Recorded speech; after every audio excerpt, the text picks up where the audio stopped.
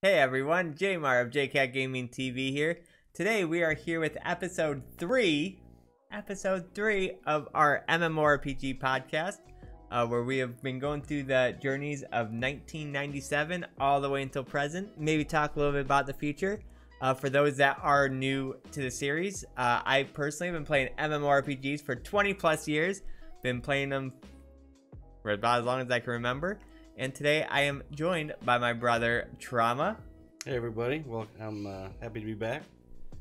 Third episode in this one. It should definitely, wrap things up real nicely as far as, just talking about the games we played and everything else. So, yeah, looking forward to it. Yeah, because this one's going to be kind of cool. It's going to have like some, so it's going to be kind of cool because everything's gonna be fresher in our memory, right? Right. Like last episode, I couldn't remember when City of Heroes closed down compared to when Champions Online, and I was way off on it. Right. But the harder part about this one is they were shotgunning games out like nonstop, so you don't have as much experience, like longevity, I should say, in the games as we did for like some of the previous ones that we're able to like just go into depths with. But it should still be really fun going through memory lane of these later post-WoW years and see how it goes. Yeah, see what happens, and hopefully you guys enjoy it. All right, enjoy the show, guys.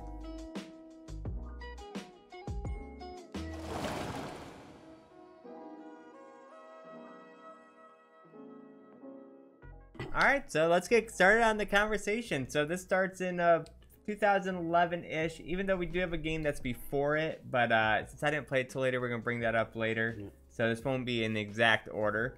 But I think the next game that came after DCO was Rift. Rifts, yep. That was and that was a highly touted game too. It was. It was I remember being just extremely hype about it when it was coming out. It had a lot of hype behind it. The makers of it, came highly touted. It sounded like this game, because the big thing about this game was the rifts, the whole everybody has to come together in the server, or not in the server, but at least on your side. So it definitely had this kind of neat. You had to make sure that you worked together as a faction, and that really sounded appealing at the time. Yeah, it definitely brought a big PvE element to the game where you wanted to work together with the people in your region to destroy these rifts, because you got really good bonus for it, and they weren't super easy either, I personally had 2 issues with it. One, which is weird because I'll talk about later, is that you had like you can put different, I'm trying to remember what they're called. Are they called souls? You had like different classes. You can level up like multiple classes. Right. I remember disliking that because I'm like, well, what about class pride? Like, I was a ret paladin in WoW, and I took so much pride in that, and the fact that I can just level up multiple ones. But looking back on it, I think it's actually a cool feature. Right. No. That's right. I mean, because think about how many alts we used to have, right? So, I mean, yeah, class pride went only so far before, okay, now I'm just going to roll an alt. And, I mean, I can't even think of how many different games we had with how many different alts. Right. So, this was definitely something good that you didn't have to go back and start from zero. Right. Yeah, and then you could, like, kind of combine the classes to kind of build your own thing. So looking back at it is really cool, but it was like one of the first games that I personally played that had that kind of feature. So it was just so foreign to me. I'm just like, no, dude, I want to be proud that I'm playing this one class, and but looking back, I think it's actually really cool. My only other problem with it that made me stop, like, not be able to get fully into it, it felt so much like World of Warcraft. Other than the rift system, like the gameplay felt so much like World of Warcraft. This is definitely one of those clones. It really was. It brought, other than the souls, the rifts, which did bring something different, but other than that, the actual gameplay feeling. Right. There really wasn't too much dynamic about it that I can remember, and I think both of us kind of discussed at the time, like, if I want to play WoW, I'm gonna play WoW. Right. And it just didn't feel that world, although it wasn't a bad looking world. It didn't grab you, and a lot of it I think had to do with the hype.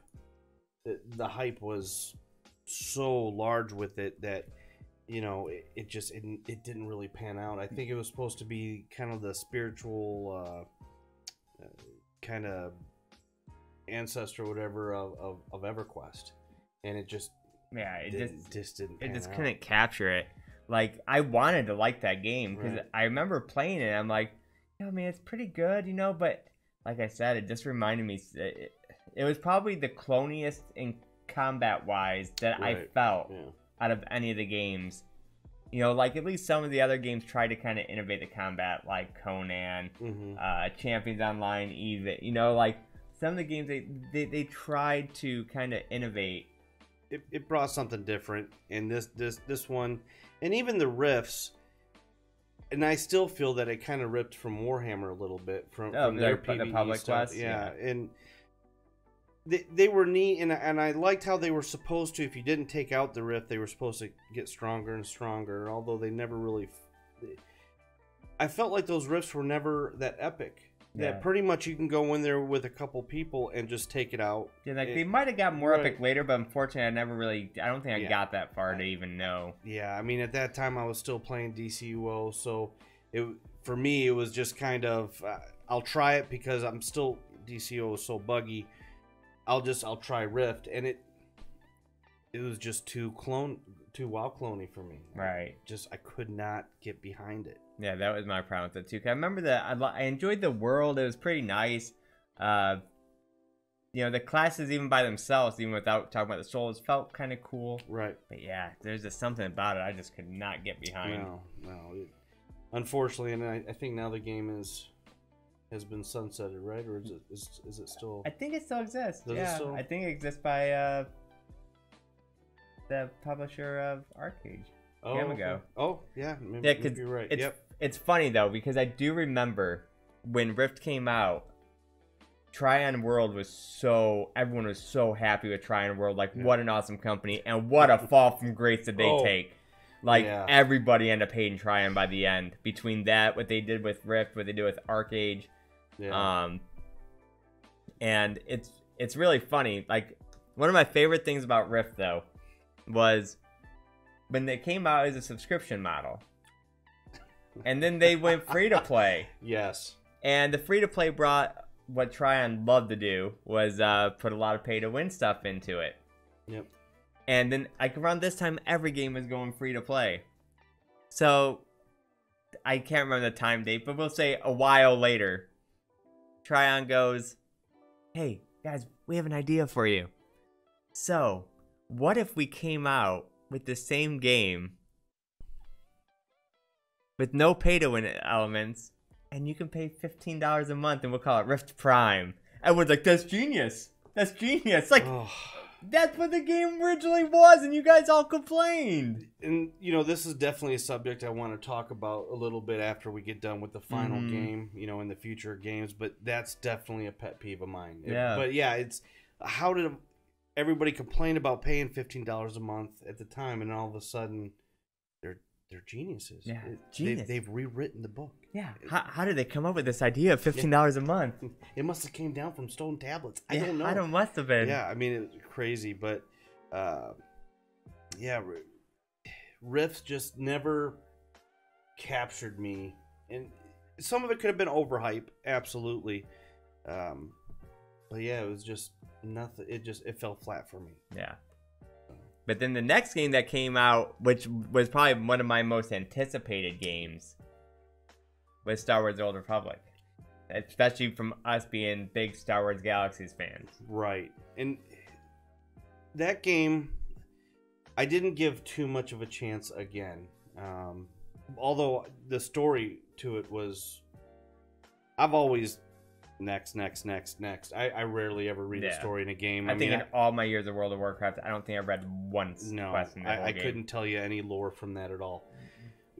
But with a Star Wars one obviously being, a story that I love anyway, and the story was phenomenal. It really was. But once again, for me, usually when I play a game, it's really hard for me to leave the game. And unfortunately, I was still into DCUO. But I know you played the game a lot more than I did. Yeah, I played it for quite a while.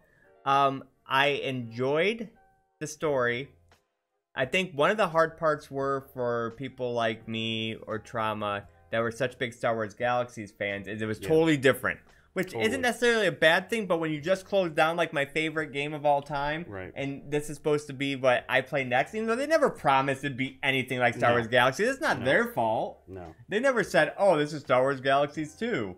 Right. But it made me judge it so much harsher at the time. It did. And my other regret of playing it originally was I did skip so much of the story because we were playing with the people from DCUO, right? And we were trying to get to endgame to PvP because I will say Star Wars Galaxies to this day, don't at me, has the best arena of any MMORPG on this list or ever in Hutball. Galaxies or Old Republic? Old Republic, okay. Sorry if I said Galaxies. Old Republic had the best battleground. Because, they had something it was called Hutball. Oh, I remember you talking, yeah. And it was like playing football in an arena that you had to have your tanks and you had to like play quarterback and throw the ball to the other person. They had to try to take him out and get the ball back. And it was such a fun battleground. I loved it. But it's funny because I did rush through it and it didn't have much meat to it. I remember grinding so hard to get to level 50, which was capped at the time. And I swear to God, guys, the day I hit 50, I logged out and I never logged back in until recently. Well, the two guys that we play with, it for the life of me, I'm sorry if they watch this. I totally forget their names. They were such power gamers. I mean, and back then we were power gamers. Yeah. I mean, and they just, I think they got to level 50 in a matter of a day or... it was crazy how fast. And because I don't think you played it right away when they did. No, I did. Yeah, I played it on release. Okay. Yeah. But yeah, I was with them the whole time. Yeah, they were just so fast. I don't think... I probably got through, probably to level 30 or 40 before I just kind of didn't want to hang that fast. And... so went back to DCUO, but and like you said, I was still stinging. Yeah, from Galaxies. It hurt for people like us, and I think that's one of the reasons why it also probably got such a bad rap. Right. But another problem with games like that, and the story was great, but missing that sandboxy feel when you. Once again, you're being led by the nose through every step of the way. Oh, every step of the way. And there really wasn't much room to vary. That's something that I've never much cared for in my MMOs. If I wanted to play a game like that, I would play, something on, just a single player game. So yeah. So now I've actually went back to it recently after like Mandalorian came out and all these that. Star Wars Fallen Order came out, and it made me crave to play a Star Wars game with story. And I went back to play the Knights of the Old Republic games for like Xbox, whatever. Mm-hmm. The graphics are kind of rough though. Like it's pretty dated. Yeah. Please remaster that game, somebody. So I'm like, yo, Star Wars Galaxies is free to play, or God, I keep saying Galaxies. Star Wars Old Republic is free to play. Good Lord, man. I know. Get it together. And so I'm like, I'll check it out. I will say BioWare did a great job of embracing what they are. Right. Stopped kind of being an MMO, and they just focused on the story. Now you can level purely, pretty much just by going through the story zones. And going back through it, the story is so good. Like, I'd highly recommend any Star Wars fans out there, even if you don't want to play an MMO, play that game, because the story is so good. Which one did you play? Was it the one, I think it originally? Was an Imperial class that was supposed to be the best story, and I forget which one. Yeah, the Imperial Agent. There you go. Yeah, and I missed out on that best story in the game, according to most people's rankings. right now I'm playing the Guardian through the story, and it's so good. They did a great job with storytelling. Right. I was really sad I missed that the first time. And that's, at least they embraced what they were or what they are, and said, all right, the story, let's play it. So it's nice that they did that. Yeah, yeah, it's good. It's hard for me to classify as an MMO. Right.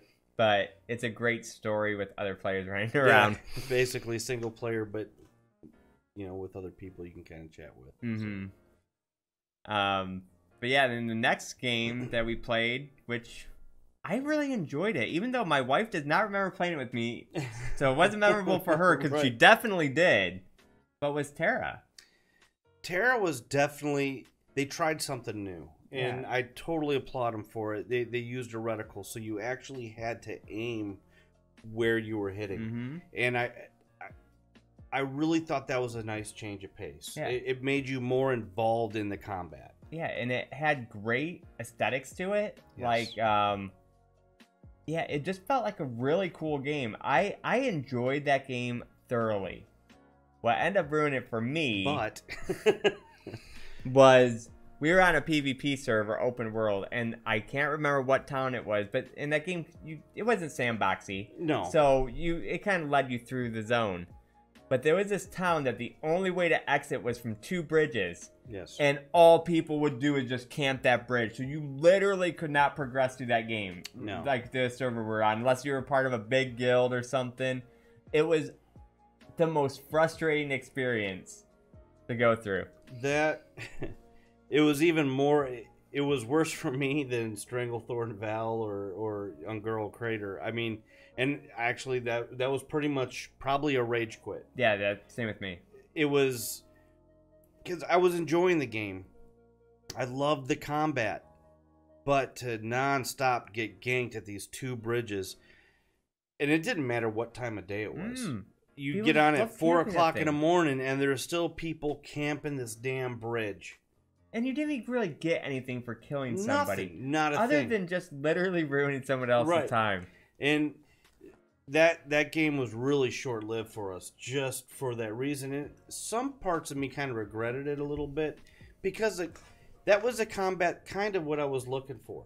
And I think that was something DCO definitely did well, but I don't think... I think Tera could have even stepped that up even more. Yeah. But it just the ganking in that game was just atrocious, man. Yeah, that was such a big mistake to make a town like all bottleneck like that. I think it was that game that we pretty much talked about. If we had a choice between a PvP server or a PvE server, a PvE server with arenas, I think I'd rather just go PvE anymore. Just because of that game was so traumatizing, man. Yeah, it was rough. I know I loved my class in it. I can't remember the name, and it might have just been Lancer. But all I remember is like one of the first games I played where I just had this big giant spear and this big giant shield, and you just do like this drill mechanic, like nah. It was so fun. Yeah, it just didn't last long for me at all. No. So. Unfortunately for Tera, if you're a Tera fan out there or were. Which I don't blame you, because it was cool. I really loved the thought of that game. And to this day, I still sometimes go, I kind of like to go try Tera again. It's still around. Yeah, and that's one of those games that would probably be neat to go back into, but being 2012... definitely probably dated itself now. Yeah, it's like one of those things I was talking about before. I almost kind of want to make a YouTube series on going back and trying some of those old games like Tera and stuff. Right. Like, how are they hold up in 2020? Yeah, that would actually be pretty cool. Yeah. Just to see graphically and mechanics wise. Age of Conan. Go back, check that out. First 20 levels. Yeah, first 20 levels. I wonder if it's still only the 20 levels. Maybe they advanced to 25 levels. Maybe. It's been a while. But yeah, unfortunately, I didn't get to play it nearly as long as I would have liked. Right. But, and then Scret World came out, which you would have loved that game, but I'm pretty sure you were in Iraq at the time. Yeah, I was just starting to leave for it when... Yeah, because that game had such potential, dude. It was basically a horror genre game that, it had sandbox elements, character creation, Like, you can make all these different types of characters, and you go out and use your sword and stuff like that. And they had some of the coolest quests I've ever played in an MMO. Like, they actually had, like, their own website. Like, you'd have to actually investigate your quest. So you'd have to go to their website and, like, right, and, like, try to, like, look up information, clues, stuff like that. It was so awesome. But on the worst engine ever. Like, the animations were so clunky. It felt so bad to fight.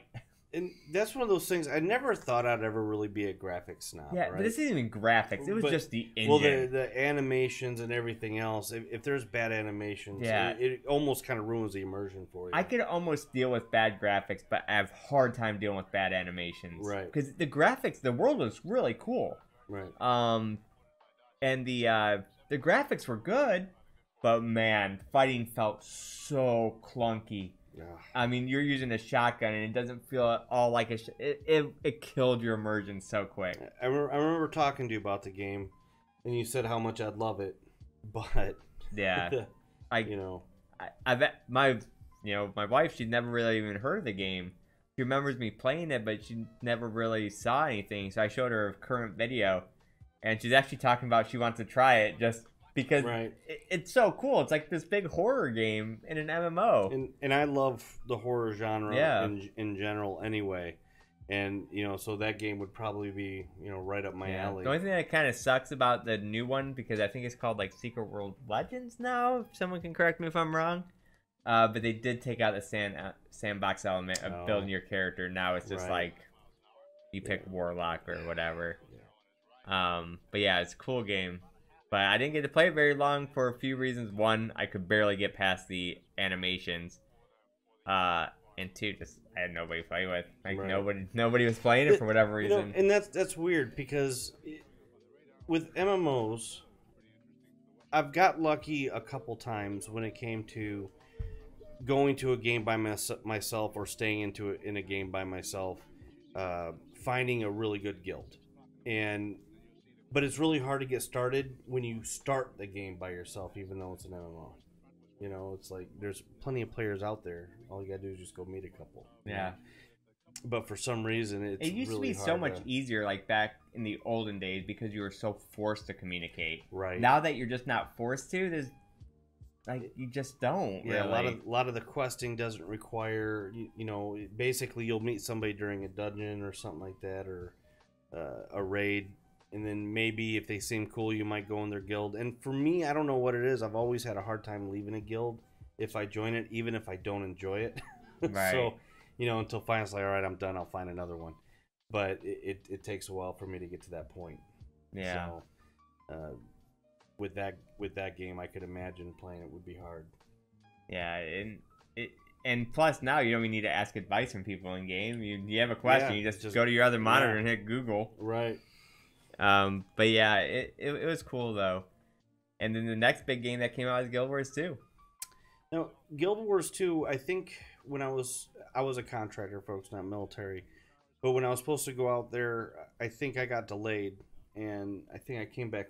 I think I was at home for a little bit before I went back out, and I did try Guild Wars 2, very, very briefly because I had to go back out again. So go ahead and walk us through that one. So Guild Wars 2 was a very well done game. For one, I still believe that they have the best leveling system out of any MMO I've played. Like, you get rewarded for exploring. There's no fetching. There's no go to this town, then go to this town. You basically go around the map. There's like little hearts on the map, and those are the quests. You complete that quest. The heart gets filled up. You move on to the next one. You get experience for point of interest, and you get for jump puzzles, and it's just such a fun questing experience. Plus, you can level in PvP, which is always a plus. And the PvP is everybody's exactly the same. Right. So gear, you can start PvPing at level 1. Right. And you're not behind anybody besides in skill. You have access to everything.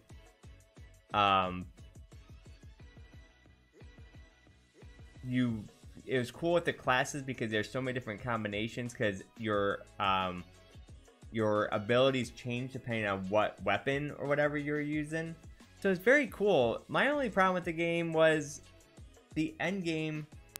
I heard later in the raid, like the hardcore raids there are, but there was no Holy Trinity. Right. You didn't have a tank healer, DPS for dungeons or for anything really, I guess, besides raids. So it's like you would die a lot and not really know why. Like in other ones, you can be like, right. Oh, the tank, you gotta make sure you hold aggro here, right. or yo, we need more heals, or it's just like CC it's over like here. You'd be alive and then you would just be dead. Yeah, it's like rip. You know, I mean, I played a lot. You have like 7 max level characters. A lot of those are just from PvP books, you know, because you get like a level book they can give to other people. But it was a great game. But yeah, I just always missed that to me. Even though I played it mostly for the PvP. But when I do a dungeon stuff, I just want the Holy Trinity. Yeah. And for some people that are sick of the Holy Trinity, then this game is for you. Right. But yeah, it's really frustrating for me to die and not know how to correct it. Yeah. Yeah. That's probably one of the constants in MMOs, I think, that have always kind of held true is that Holy Trinity. Mm-hmm. And because it's always, with those different classes, you always had to learn how to work it, work as a team. Right. And so when you take that out and you don't replace it with something that equals that need for teamwork, it would be tough to replace that. So for me, I know that would get frustrating. Yeah, that's a big issue for me. Cause I like the art style of it. Even though I don't know if it held up amazing. I mean, it's good still. But if I remember right, it was kind of more of a realistic. It was realistic, but it had a very unique art style. I'll give it that. It was very unique, but I think it's the movement that hasn't held up as well. Okay. Like the graphics still look good, right. But like Leslie and I, we went back to play it because they do a great job with their events, like Halloween, Christmas. Right. Their events are 10 out of 10.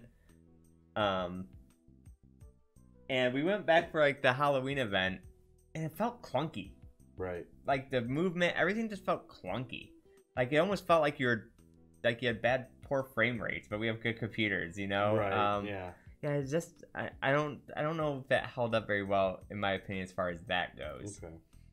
But they did a great job with the glamour. Like that whole game's just about fashion wars, Right. If you ever found the piece, you can re-equip it, and I like that in games because you can definitely look unique. Not a bunch of clones running around. And that's really important. It really is. Especially today. And we'll talk about a game here in a second that drives me nuts when it comes to that. But I really like to look different. And I like to make myself either stand out or, wow, that looks great to me. Right. I hate when everybody looks the same. I enjoy the look of my tune in this game. Absolutely. So, the next game, which I was so excited about because I am a huge fan of this series, right. and it's Elder Scrolls Online. And what a disappointment on release! Like it felt nothing like Elder Scrolls. The zones were gated by level. The story was cool. The combat was cool. But what a boring end game. So back when it first came out, they had like 10 veteran levels that you can get after 50. And to do those, so you had to do your whole zone of your faction. And to get those, you have to go to other players' zones and do theirs from like level 1 all the way going through that. Then to get the last 5 levels, you had to go to the third faction zone. It was so horrible. Like, right. it was not a fun game. Major props to that company, though, because they've turned that game around. It is a phenomenal game now. You can go wherever you want, pretty much. You're free to explore. The leveling system's great in it. The PvP's really good in it. I'll say that game, that's one of the biggest turnarounds I've personally have experienced in an MMO. Right. Well, and that's the game I actually just recently downloaded. Mm-hmm. I haven't played it yet, but that it's weird that they didn't do that open world feel right away, because that's what they're known for. Yeah, that's what they're known for. So to find out that you're really stuck in this small little area doesn't make sense for me at all, because you know, that's like a hot dog company coming out and say, oh yeah, we don't have hot dogs. Yeah, you know, it's just, it doesn't work. So yeah, but now, especially when you look at everything online, it definitely looks like something I get into. You know, definitely not that sandboxy feel necessarily. No, but it does feel a little bit more sandbox than other games though, because you can level up different weapons and stuff, and you can and you get it by going out and doing it. So the class system is pretty sandboxy. The world sandboxy, because you can kind of go where you want. It's a mix, but it's definitely not our sandbox, not my sandbox. Yeah. You know, but it is kind of sandboxy in a way, because they don't tell you how to play the game. Right. You can kind of just do what you want. I thoroughly enjoy Elder Scrolls now. What a change though, because that game was such garbage when it came out. I was so mad, because that was one of those games that they had like this epic trailer for it, like 6 months before it came out, and I must have watched that trailer 50 times. Right. I was so hyped about that game. I was so mad when it came out. Well, at least, well, there's 2 games on this list that I have to give credit for. You know, and if you know, well, 1 game at least, but you know, with Elder Scrolls, at least they had the courage to go back through and said, "Our bad." Yeah. And decided to move forward, which is, I think if more games did that and just said, "All right, guys, oops, do over." Yeah. You know, my bad. I think some of these games could be saved a little bit more. Yeah, because they even have a free-to-play game, which, for those that haven't been able to tell from our conversations, I hate free-to-play. Just let me pay my $15 a month. Give me the content. I get it. You're a company. You need to make money. Yep. Here, take my 15, which I'm shocked that price has never really went up. Never. I don't think it has. If anything, some games have actually gone down. Yeah. But for the most part, they've always been 15. Yeah, so I'm always just a fan of... Yeah, just take my money. Yeah. But this one's free to play. You know, you probably want to sub if you ever want to craft, but you can definitely play free to play. And they did it right. Nothing feels pay to win. Nothing feels crazy. Like, kudos to you, Elder Scrolls. And I don't mind paying for a convenience, like more inventory slots or things like that. I don't think that's not pay to win. I don't mind paying for a costume upgrade or anything like that. I'm fine with that.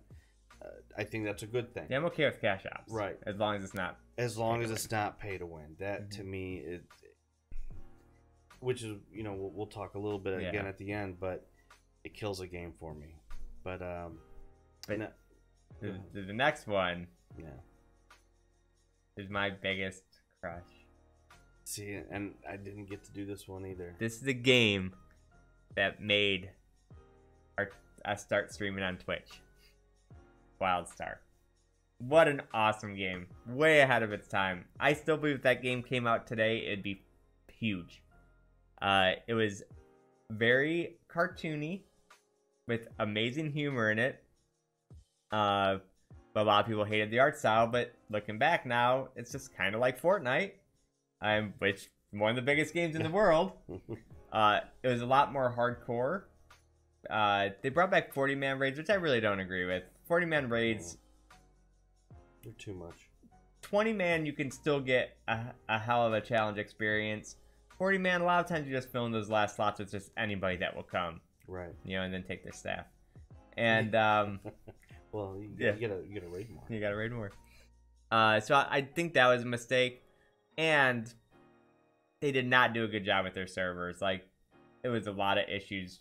You know, almost think of World of Warcraft, but like 10 years after World of Warcraft, you know, people lost their tolerance for that. Because they even did come out a few years later with a free-to-play version that made everybody hype about it. And the servers had the same issues. So they didn't even fail their that. But it was one of those games you can level through purely through PvP once you got to a certain level. So I think... I'm curious. I think my wife and I are probably the only people that leveled in that game 100% through PvP once it let you into it. Never did a quest. I love games like that. We would just do battlegrounds over and over and over again. Quests sometimes kill me, especially fetch quests, and just go kill 10 of these, come back. Go, talk to this NPC, and then go talk to the other one.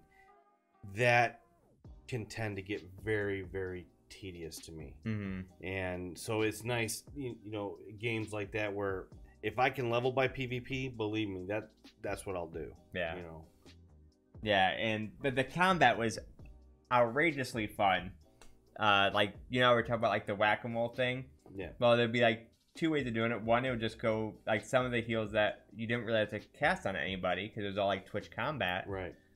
Or you had to aim your heals. So it was everything was aimed. It was very, very cool game. I think it's so underrated. That game breaks my heart that it's closed down. I really wish they would come out with like a WildStar 2020 because I think it'd be a lot bigger. Well, I'm glad you mentioned the healing again because I love playing a healer class. I love playing support classes. But part of the issue with them is you're playing whack-a-mole. Yeah. It's just, I'm looking at the top left of my screen and that's all I really see. I couldn't tell you how to do anything. I couldn't tell you to make a left instead of, or, whatever. I just couldn't see it. So it's nice that I think some games have tried to make it a little bit easier to play a support class.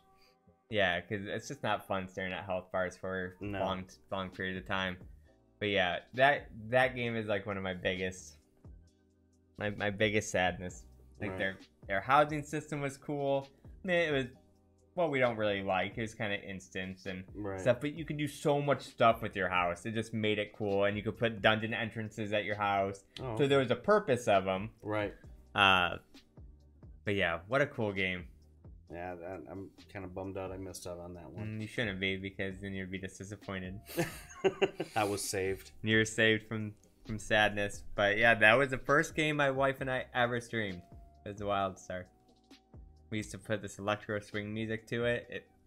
Haven't found another game that fits so well with, but WildStar just fits so good. Rest in peace. Yeah, rest in peace, WildStar. So the next game we have up on the docket here is BDO. Yep. Black Desert Online. Black Desert Online. Very cool game. Graphically, it's gorgeous. The fighting in it, it's almost like playing a fighting game. Like you have like all these abilities you have to combo, like hit WE, right click. Very cool combat system. Endgame for me was lacking. The only thing really doing it was PvP, but you had to be like in a big guild. The PvP.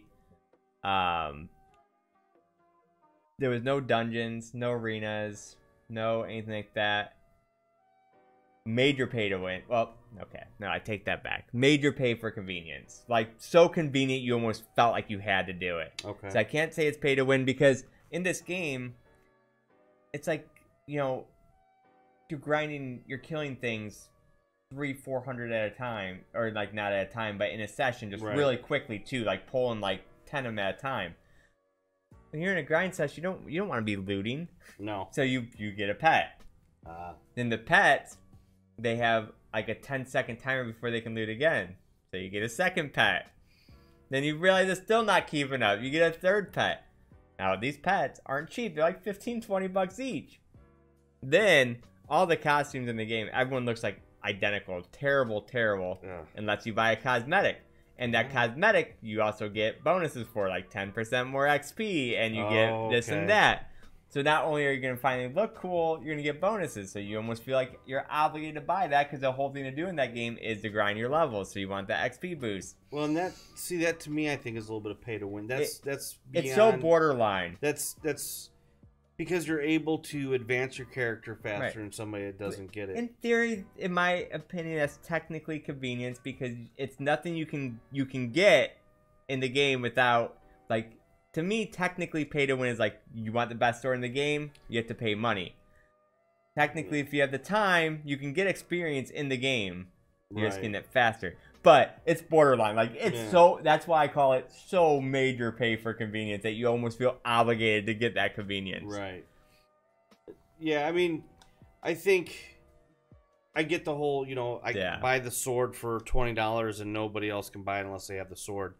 But when a game is so dependent on leveling, and I only have, let's say, and this is where pay to win, I understand the reason, not pay to win, but that pay to, at time it was designed for pay for convenience, kind of.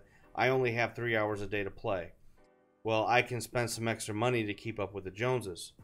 But what do you do when somebody has the time and the money? Yeah, that's when that doesn't work. So if the game is dependent on leveling and you need that experience to keep up with the Joneses, that's when it's like, all right, I think that the weight kind of goes more to free or pay to win than pay to convenience. Yeah, because technically I've always understood the point of pay for convenience, because some people think it's not fair that they have to work 40 hours a week and they can't keep up with the people that aren't working 40 hours a week, that have endless amount of time. So in the theory of it was, well, now you work for money, so here you can pay a little bit extra and you can get convenience, while the person who doesn't work doesn't. Can or still earn it through the game because they have more time to play. So in theory, I get it. Right. But like you said, what's hard is the 1% that has both time and money, and they're the ones that kind of just ruin that model. Right. And there's always going to be I don't think anybody will truly ever solve that. No, it's impossible. Unless you put a timer, everybody can only play 5 hours a week. Yeah, it's impossible.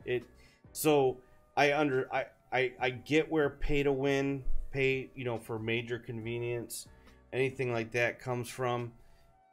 But I know I will never play a game again that has a pay for convenience. Yeah. No. Because and I'll be honest, I'm the type of person, I will spend money on a game. Me too. And I will spend a lot of money if I'm enjoying it. I spend a lot of money on BDO. Yeah, I mean, to get those pets, $80. Yeah, I'll throw $80 because I had 3 of them. Yeah, I mean, so they will get me. But at the end of the day, it also kind of takes away from it. And $80 is a lot to spend on a game. And especially, once again, when people complain about, I don't want to spend $15 on a subscription. Right. So, I won't throw $200 or $300 a month at a game. I just won't do it. I mean, I got a family. I can't do it anymore. Right. So, I don't mind spending a little bit of money. My limit would probably be, $50 to $60 maybe, depending. But I could get sucked into that real quick. And before you know it, where did this $300, $400 charge come on my credit card? So in that aspect, if there's even a suspicion of pay to win, I just can't do it. Even though BDO is coming out with one of the coolest concepts. Is it BDO Prime? Yeah, $15 a month. No. So a hard part about getting into BDO now is you feel so far behind when entering.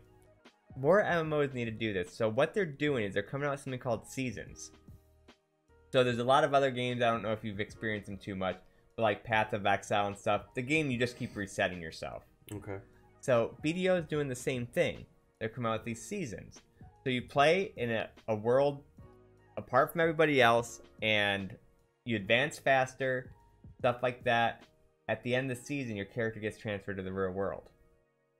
So therefore, you come into the world not so far behind everybody else. Like what a cool concept, because how many games have you wanted to play before, but it's like, man, I'm not going to go in there because I'm just getting because that's an open world PvP game. Bro, I'm just going to get my butt kicked everywhere I go. I'm not playing.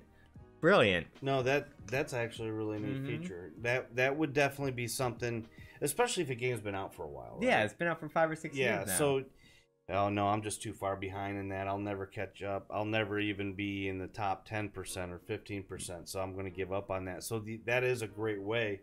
That's an excellent way, I think, to get somebody spun up, especially if you get into the game and you have friends in it that talk into, hey, come on over to this game, and they're all already so higher level than you.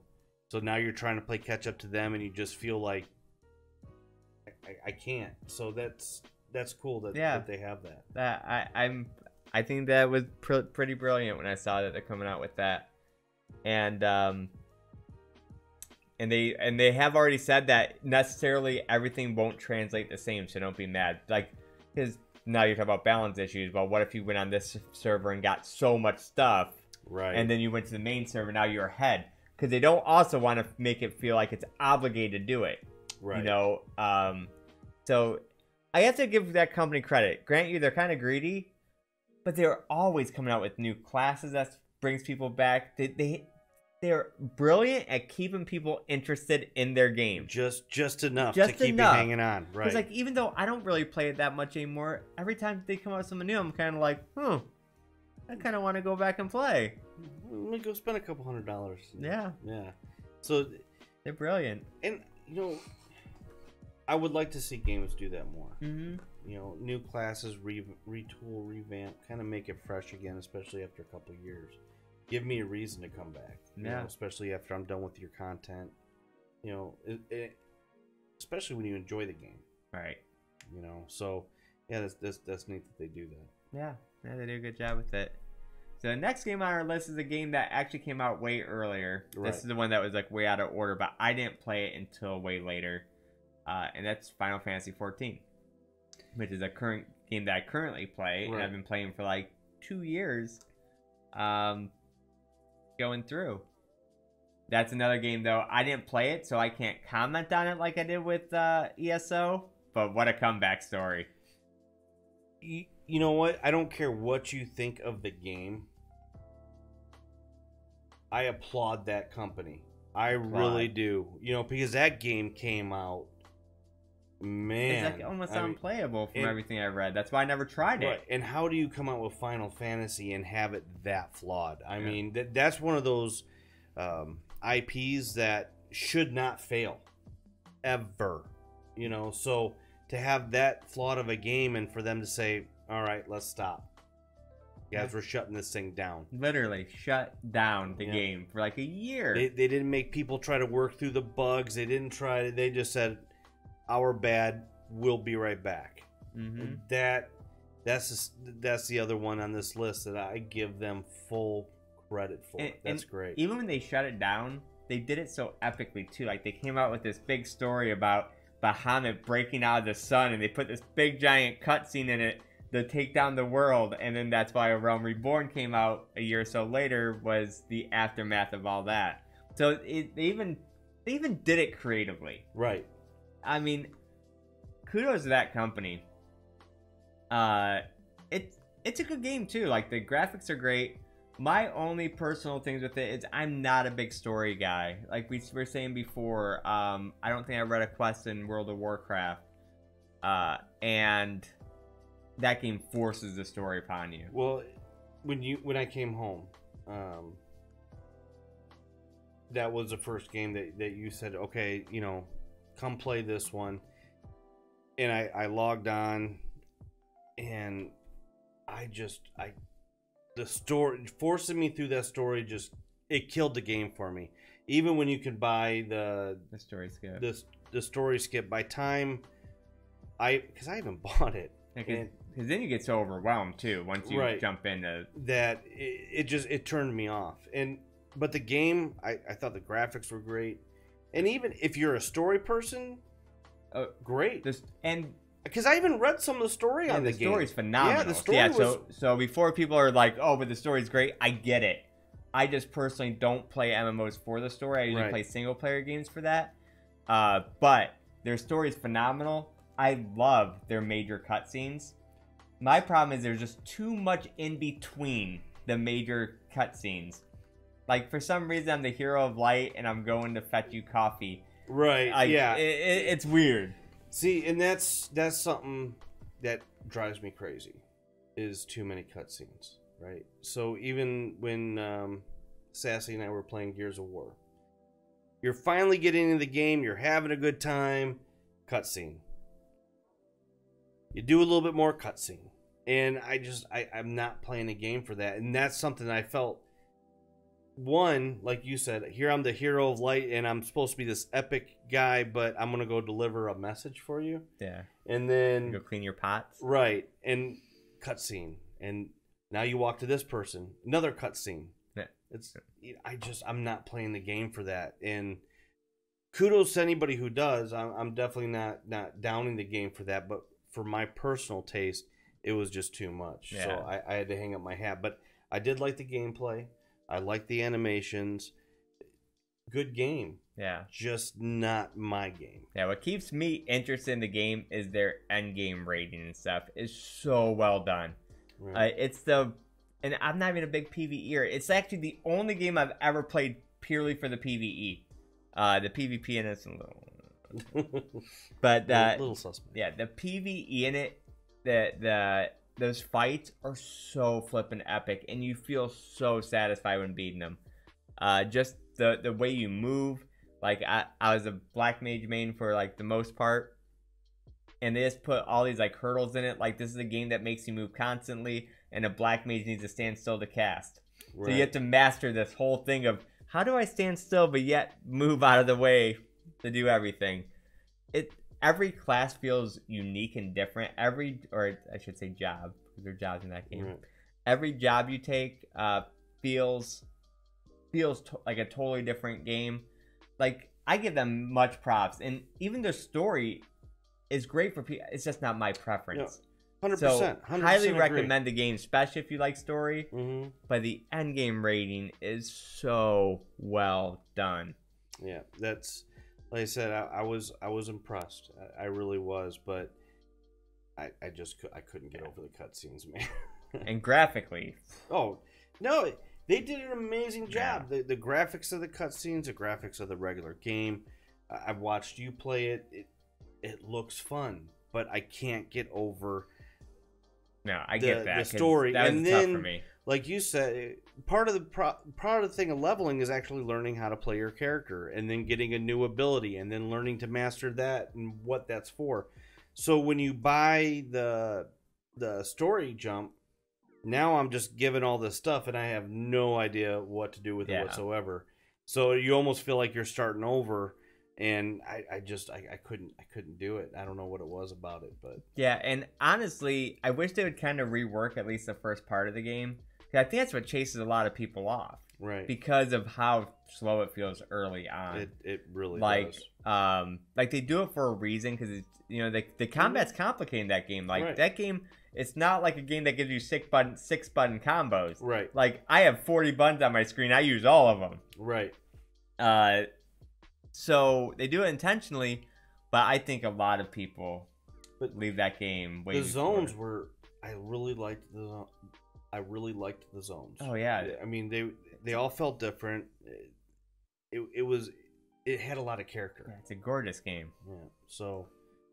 Kudos to Final Fantasy. Yeah. I mean, I think if any games are out there and they know that they messed up their game, go talk to Final Fantasy and see how they did it and see how they ended up becoming successful. Yeah. So you can come out and screw up and still come back.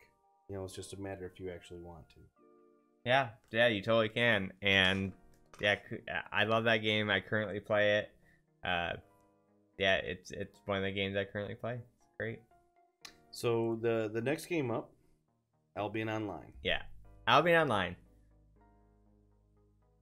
I was so excited about this game because it reminds me a lot of Ultima Online, especially like the top-down graphics and stuff. But when it came out, it was just, this is one of those cautionary tales. It's like the games need to stop coming out incomplete. Right. Because it felt so, like you could feel the potential of the game, especially because the combat's almost like League of Legends, which I'm a huge League of Legends fan. In a MMO sandbox, like this game is the definition of sandbox. So much stuff you could do other than like player housing would make it a little bit better. But like out in the world player housing, I know you have islands, but I've been playing it again recently, and it's such a good game now. But they came out so bad. Right. But two giant patches. I've been playing a lot of it recently. What a cool game. And this is a game I just downloaded, and so I am gonna give this one a shot. Now, it's going to be hard for me. I'm the first one to admit. Top down for me is a bit tough to get immersed in. So, watching how when I came over and I was watching you play, everything about the game excites me. Everything about this game. I hope that I can get over the top down view where you're not immersed and you don't see this big beautiful world in front of you. But kind of like what you discussed, we were offline, but to get a game that complete, especially that sandboxy, you have to give something up. Yeah. Right. I mean, Ultima, top down, one of the best games as far as immersion. Right. So it's definitely going to be a tough one. I mean, I played Diablo a little bit, and that was top down, but a different way, because it's not an MMO. So I'm really hoping that I can get into it because it really does have everything I'm looking for. I mean, even the company's called Sandbox. Yeah, so. I mean, it is very sandbox feeling. It's one of those games that if you want to get better at a sword, you got to go out there and use your sword. Right. Yeah, it's just they have a giant skill tree, so many different things you can do. Everything in the game is player crafted, and this is a really cool thing. So they found a way that you can still get the fun of dungeon drops with everything being player crafted. Because they have something called the black market that you can sell your crafted gear to, and then the game puts that stuff in the world. So you still get the fun of finding items while doing dungeons that are player crafted. That is well done. Yeah, like it's such a fun game. Like, I'm thoroughly enjoying myself in it this time around. When I first saw the graphics, I'll be honest, I was like, ugh, But after watching you play for a couple minutes, it really does give the game character. It does. It has character, and it won't feel outdated. Anytime soon because it has its own character to it. Right, and so basically, for me, it's really just going to be the top down view. Can I get over that? And I hope the answer is yes, just because the game looks fun, and I'm really craving that experience. Yeah, like it's not for everybody. No, but because it's a very kind of grindy game. But in the game, I couldn't believe how populated it was. Yeah, especially nobody talks about it. But you walk into any city and it's jam-packed. Just huge, So that kind of gives me hope. But it's one of those niche games, right? So if you're looking for something like that, that's your game. Yeah. And I hope more MMOs start to realize that. I don't need 1 million subscribers, And so as long as games keep coming out like that, I think it'll be pretty cool. Yeah, and... but it's kind of brings me back to my point that games need to stop coming unreleased or like unfinished, because with how many people are playing it now, if that many people would have played it from the beginning, the game would be talked about way more. Right. Because I'm telling you, that game is pretty packed. Yeah. Well, that's... to the point where sometimes I lag in a game with those graphics. Right. And it's like, ooh, come on. But these gaming companies, I'm talking to you. Gaming company, if you're watching us, Mr. Gaming Company, which is you should watch us really, but quit coming out incomplete. You're gonna ruin your game either way, right? So might as well make sure you have the budget to actually make the game you want, because you're gonna put it out there, and I know you're looking to recoup some of your money. But unless you're willing to do a Final Fantasy type move that if you know that you screwed it up so bad, you're going to take it down and redo it. But you also have to have the clout of Final Fantasy to get away with that. And that's what I was just about ready to say is they also had an IP that'll sustain that. But these games have to quit coming out unfinished. I mean, that's just... Because they did that so much, they almost ruined the market. No game can come out and be successful because nobody has the patience anymore for that. I mean, people almost demand polished WoW when games come out. And you should demand a good, solid game, but realize that, server tests and strains, you're really only going to know when you get everybody into the game. So that should be allowed a little bit, but when your game mechanics are broken, your servers are lagging, There's nothing to do. Right. Yeah, it's just like, I'm just going to ride my horse. Yeah. So the next and final game on this list is Archeage Unchained. Now, I've just recently stopped playing as of probably 2 or 3 days ago. I stopped a little while ago. And I think I heard the saying for that, it really is like an abusive relationship. You know you need to leave, but for some reason you can't. And I think a lot of it had to do because the game had so much potential. Like, I was so hyped about this Unchained because Archeage was one game for, let's give some previous as an Archeage, was one game that I was super, super hyped about. Because as a sandbox player, has everything I wanted. But what about, talk about the greediest Tryon, same with Rift, greediest publishers I've ever seen. Like, it was so pay to win that there's no way you could play. Like, I know people that were spending like thousands of dollars on that game. But it was always a game that I wanted to play because I knew the concepts of it. So when they announced Unchained, I even went back and played regular Archeage before it came out just to get comfortable with the system, and I fell in love with this game. Like, this game was supposed to be the game I played for the next few years. No, I completely agree. That game for me was supposed to be my MMO fix for the next couple years. And it wasn't. Yeah, and the game was so good, but this is a problem when, like, this game, the publisher, Gamago, which I don't even hate Gamago, like, they were pretty good before the game's release, but they got so much crap. Right. But they got no permission to do anything to the game without going through Korea. So everything was so delayed, and people were exploiting early. Oh. And then I gave them credit because they stood up and they said, this is zero tolerance. They banned all the exploiters. For and then, 2 hours. Right. And then the exploiters complained, and then they unbanned them. That was my first, like, big loss of respect. Because that was, like, a lot of respect that you did it. Right. They stood up for it. But then the exploits, they're not fixed right away because they have to go through Korea to get them fixed. And just everything to get implemented. And then you can just feel that the game was still meant to be pay to win. But it's not anymore. And that's, you know, one of the problems. And here's where I have a major issue.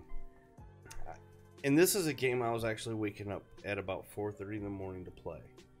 Because that was really about the only real time that I had. So I'd play from 4:30 to about 8:30 in the morning. That's 4 hours. I shouldn't... If I play a game for 4 hours, I should feel somewhat accomplished. And with this game, I never did.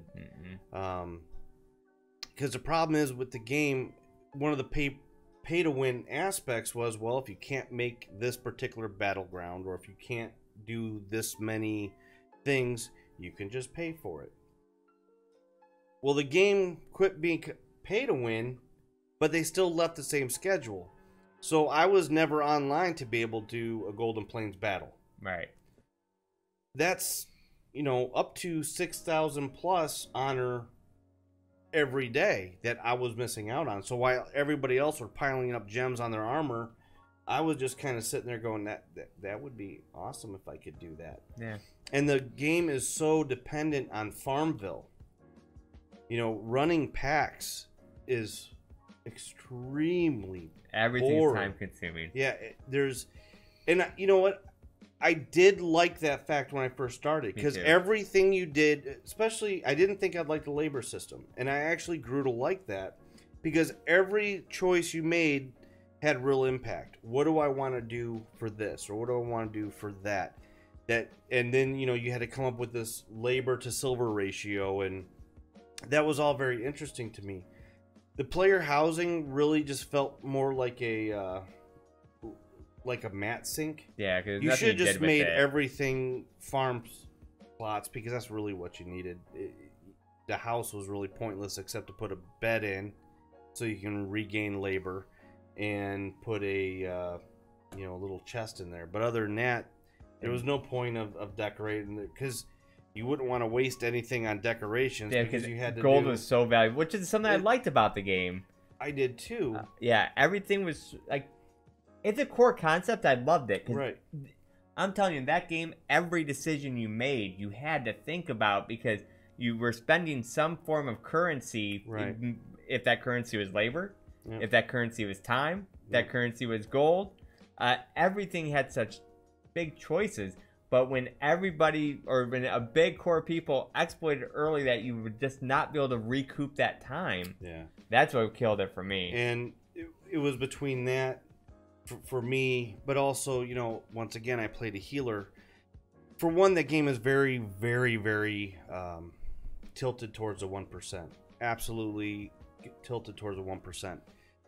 So, as a healer, especially if I'm doing golden planes or pretty much anything involving PvP to get honor, you're pretty much having to heal the person that's doing the most damage in order to kind of piggyback and get the assist from that.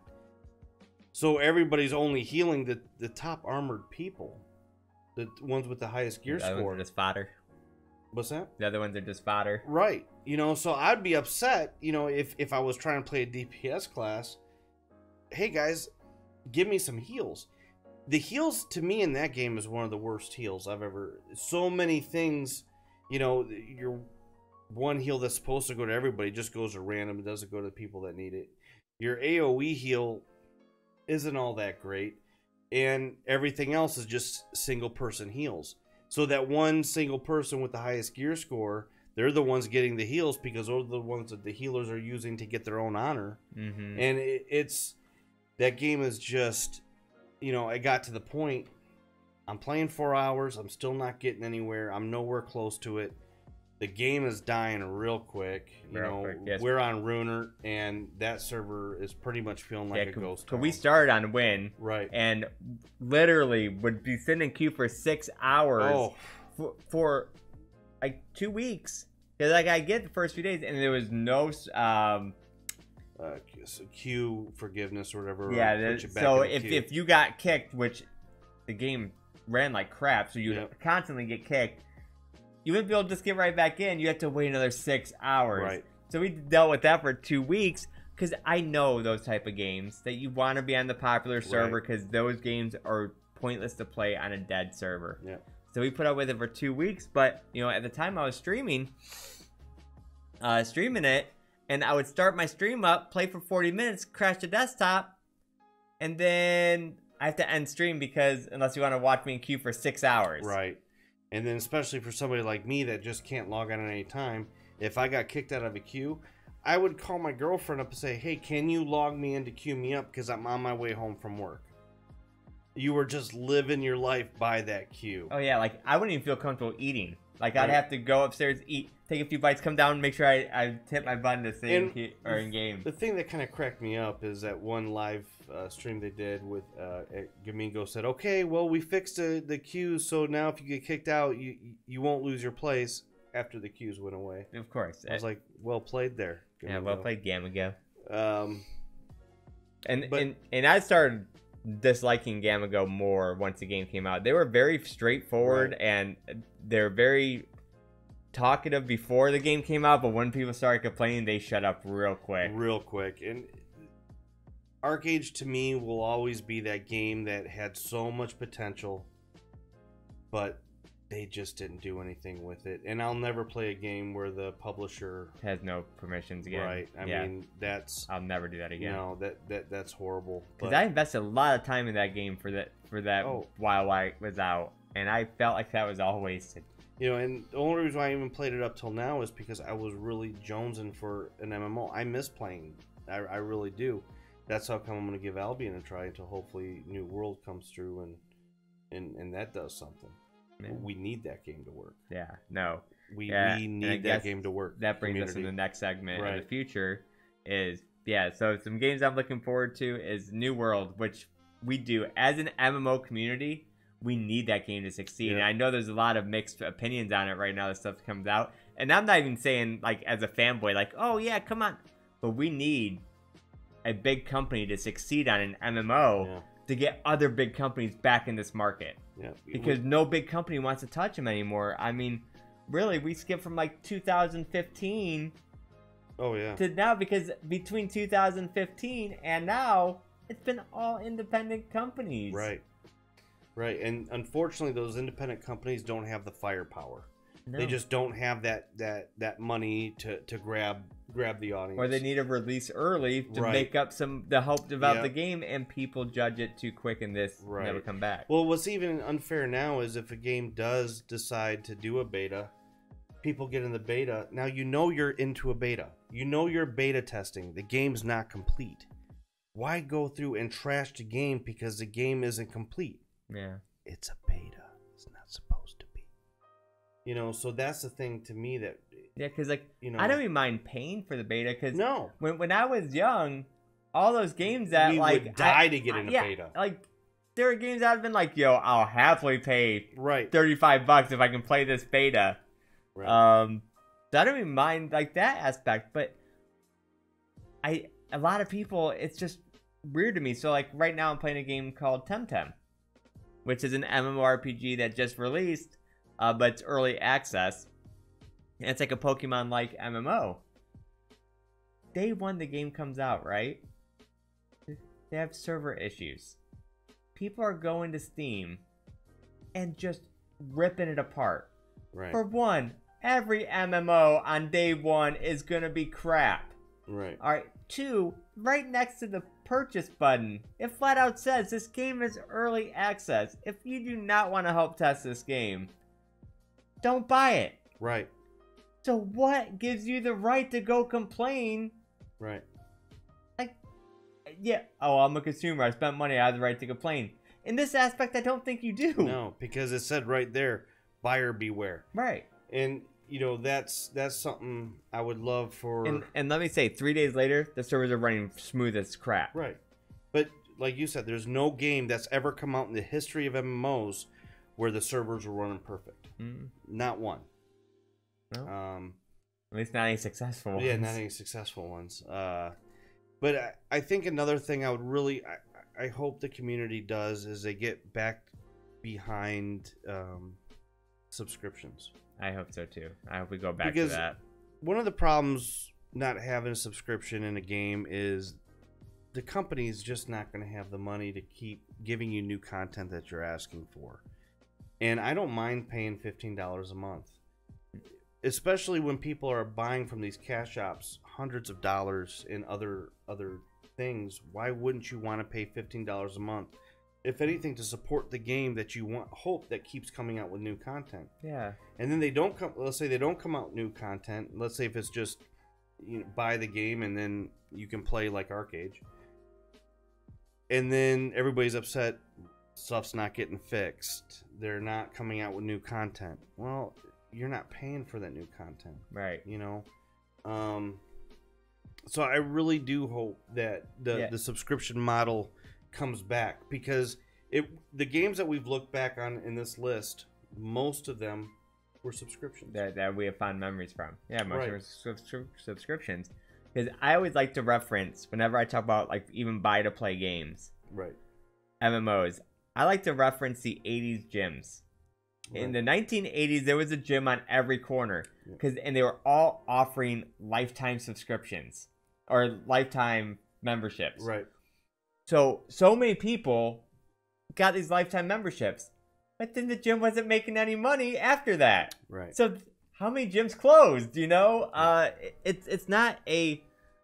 It's a good model for a single player game that doesn't need to keep releasing content. Right. But MMOs, they need to make money. Now, some people argue, well, just put a cash app in and they'll pay for the content for the people that can't spend the money.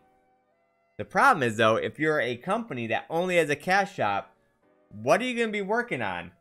More cash shop items that's going to help make me money, or more content for you? Right. No, and that's exactly right. And I definitely don't want to sound like a corporate shill here and defend all these companies, especially ones that, you know, put out half games and things like that. But they're, you know, we're obviously consumers. We want to play a finished product, a good product, a product that keeps renewing itself, so we don't feel like we're just doing the same stuff over and over again. And they're companies that want to make money, let's be honest. You know, my hope is with the companies that come out, that they stop, and I think they are now, but stop looking at WoW-like numbers and thinking we need that to be successful. Right. You know, successful games way back, I mean, Star Wars Galaxies hit, I think, 500,000, and minds were blown. You know, I can't believe 500,000, and the game was still very playable. Mm-hmm. And so, you know, these companies need to quit with those kind of expectations, and put some development time. Quit doing a 2-year development. You know, most successful games that came out were 3 to 5 year developments. Right. And they need to get back to that. Quit with the 2-year, maybe 3-year tops, and then put out the super early edition access, and then the later access to it, because people are just tearing up these games. Although everybody knows this is early access, you're helping us fund the rest of the game. Right. And then the games get bad press and die. Yeah, because the word of mouth is so important nowadays. Mm-hmm. So when somebody walks in there day one and like drops all their ratings down super low, I'm sorry, I just don't feel bad for those people. Like you're not the type of person that should buy a new or a early access testing game if you're not, like, I get that some are just like ridiculous. Oh, yeah. Like, as long as you don't false advertise it, saying we have this done, and then you play it, then you have the right to complain. Right. But to complain about server lag, or to complain about, like I will say that Temtem, the developers, they've been so on point. Like Twitter, and what I love is, like, day 2, they literally put a tweet out saying, "We know you're frustrated. We're frustrated too. Here's a link if you want a refund." Right. Like, they basically said, this was testing. If you're not willing to test, we'll even put a link for you. Click this. Get a refund. Right. Yeah. And that's, I think, at least with Temtem, from what it sounds like, they're really trying to communicate with their community. And these games need to do that more. Like you kind of mentioned with Archeage. Archeage, they started off with a stream that was supposed to be every Friday. Yeah. And then that went to 2 weeks, and then 3 weeks, and then their one guy got sick for a whole month. And I get it. I mean, it had to be frustrating for them, the no ETA stream that they had, and, you know, every problem they had. It's like, we are aware of it, but we have no ETA on the fix. So then the next stream they had, they said, this isn't going to be the no ETA stream. We know it became kind of a meme. So instead of saying no ETA, they would just say, we're working on it. But I did appreciate at the very beginning they wanted to be communicative. You could tell they wanted to succeed. Right. I just don't think that they had any power to succeed. No, I really think Archeage, at first I wasn't sure, but that was a money grab. They're really concentrating more on the pay-to-win Korean market for that particular game. And the original company in the East doesn't care what happens in the... So, but I think these games or these companies need a little bit more communication with their communities. And on the same token, I think the player base needs to be communicative in a constructive way, and be a little bit more patient, so we can actually get a game that comes out that works and that we can enjoy. Because right now, and one of the reasons why, and I know we've kind of touched on it, New World, we need it to work, is because we need more AAA titles. Yeah, we need more big companies, because really the Eastern market still has all the big companies in them, because their games are all making money over there. Like, I think Aeon's still like the 7th highest MMO or some crap over there. Good lord, yeah. You know, like, they're like, one of their biggest MMOs to this day is Lineage. Good grief. People still play Lineage over there. So they're still producing like these great games. The problem is, though, once we get them, they're through a side publisher and they just don't care, and they use all pay to win. That sucks, because some of their games are so good. Right.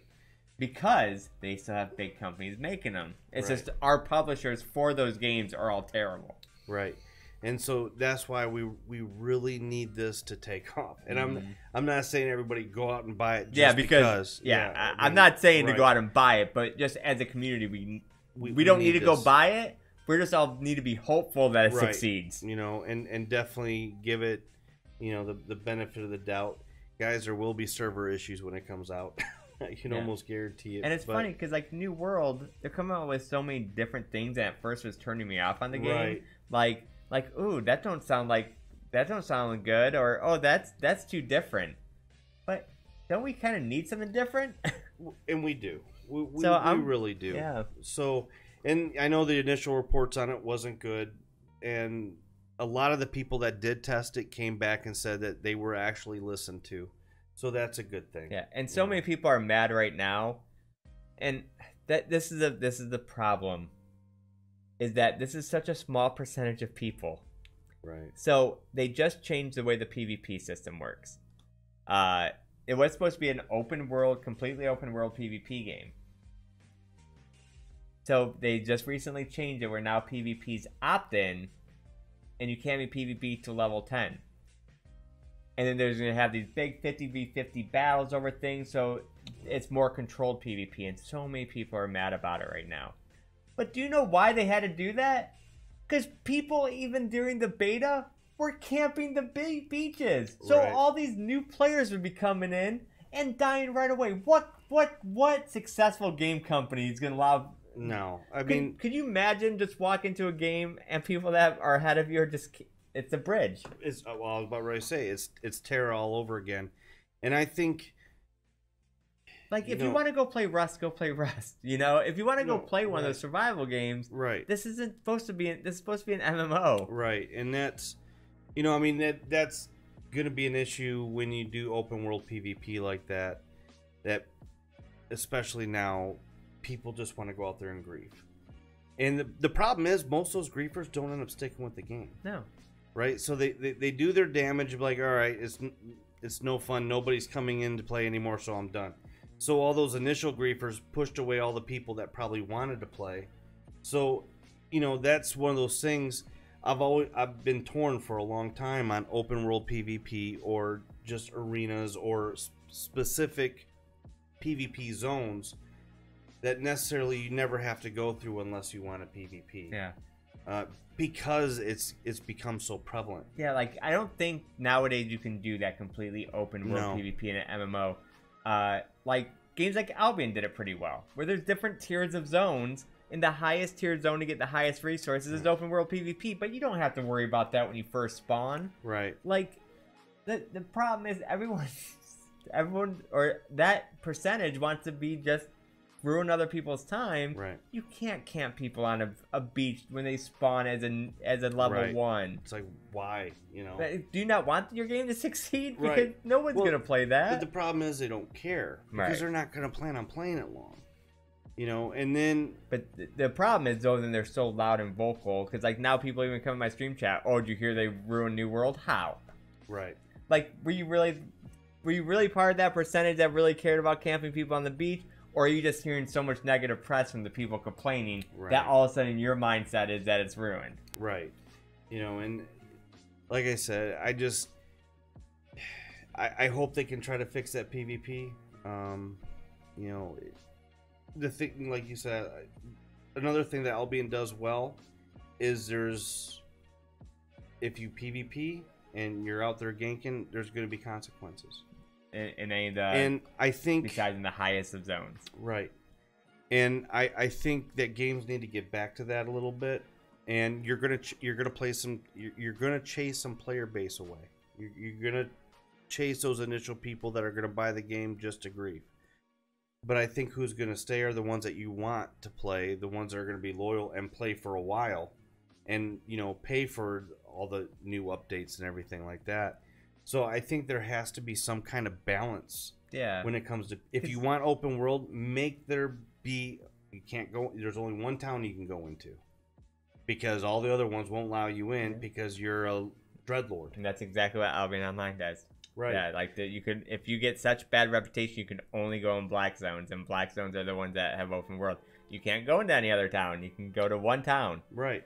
But it's so funny how much people complain, like, when they do put negatives to your actions. Right. Like the jail thing in Archeage. People would be so mad when they would go to jail. It's like, you only go to jail for killing your own faction. Right. So but you don't get anything for it. So you're being a dick. Right. And So it's fair. You go to jail. So you're being a douche, and then you get upset that you were being a douche, and you knew you were being a douche, but you're upset now. Well, I wanted to role play So role play, go to jail. Yeah, role play, go to jail, go pirate, do whatever you know. But if you're gonna sit around, grief your own team, and then get upset because you know that you're gonna go to jail, but you still right, like in the older games, we did bad things. We accepted the repercussions for doing bad things. Right. Like in Ultima Online, big part of me wanted to be the bad guy because in the previous game I played Gemstone, you couldn't be the bad guy. You had to take it out on somebody. Yeah, so when I played Ultima Online, I'm like, I want to try a twist. I want to be the bad guy. But I accepted my repercussions for it, and there were a lot. Right. And we just need people to, if they put a system in, but you have to protect the new players too. Well, I think it's a must. You have to protect the future of the game. Right. Because who's going to want to play that game? Like, okay, imagine that game's been out for 3 years. You're a new player and you jump in the game and you're spawned by 50 freaking people on the beach that just kill you over and over again. Right. It's like, nope. Why waste your time? Yeah. You know? So they do have to protect new players. Like, I do believe they could have come in with a better system than they did. Because it was supposed to be like a full loot system. I wish they would have went like a route like Albion where it was full loot. Because once again, this is a player-driven economy. But to me, a player-driven economy doesn't work if you never lose your gear. Right. So I do think they could have did something better with their PvP, but something had to change. Oh, it has to, and like I've always been in favor of PvP caps. You can't attack a player more than however many levels below you. I've always been in favor of that, just because at least until maybe. Once, if there's 60 levels and you hit level 40, all bets are off. Mm-hmm. But you do have to do something to get those new players invested in the game so they will become sustainable players. Or if you just keep chasing everybody off, I mean, if you really want to be that way, go play Battlefield. Go play a first-person shooter. I don't understand the need to be a level 50 and ugly smack these poor...